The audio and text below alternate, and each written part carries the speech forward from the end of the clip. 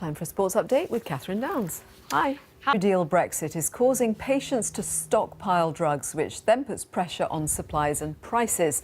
In response, the Department of Health has told us that the vast majority of medicines are not subject to supply problems, and every day more than 2 million prescription items are successfully dispensed in England. Well, let's get...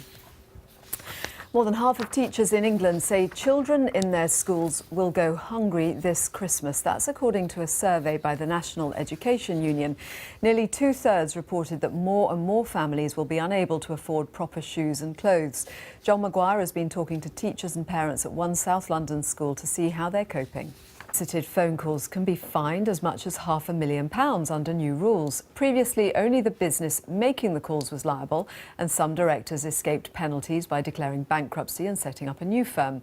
Joe Miller, bring you up to date on the latest on Brexit, because we're getting a briefing from Downing Street and hearing that Downing Street's saying there are no plans to allow Parliament to vote on a series of different outcomes to Brexit. You may have heard Amber Rudd saying earlier that that is what should happen to ascertain what the will is of Parliament, putting what are called indicative votes before Parliament, laying out the various options ranging from no-deal Brexit through to Norway type of agreement, obviously also a vote on the Prime Minister's deal.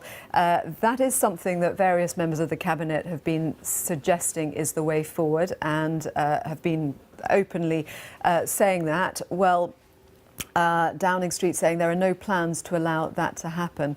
The Prime Minister's official spokesman has said that Theresa May is focused on getting the assurances required to get her deal through the House of Commons.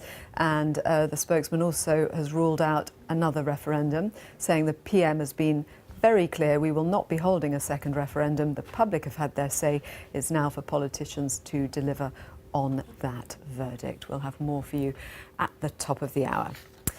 Now, up to 28 homeless people in Hull who were due to stay in a hotel over Christmas now have nowhere to sleep after the hotel suddenly cancelled the booking. The man who booked the rooms and Crown Court with our correspondent, who has been covering that a little bit later. Now, Theresa May will set out her opposition to another Brexit referendum today, warning MPs it would cause irreparable damage to the integrity of our politics. Several cabinet members have been publicly asking that she put Brexit back into the hands of the Commons and look at a series of options to break the deadlock and see where the Commons stands in terms of a majority in support of a particular aspect. Well, this morning, Downing Street has said there are no plans to do that. The Prime Minister is going to say another referendum on the EU would break faith with the British people. She'll be speaking at 3:30 in the Commons. This morning, the Work and Pensions Secretary, Amber Rudd, said that the government should consider all options. Well, the Prime Minister will be addressing the Commons later this afternoon about the recent Brussels summit and will come under pressure to name the date for a vote on her deal. Let's go to our assistant political editor, Norman Smith, who's been following events and joins us now from Westminster.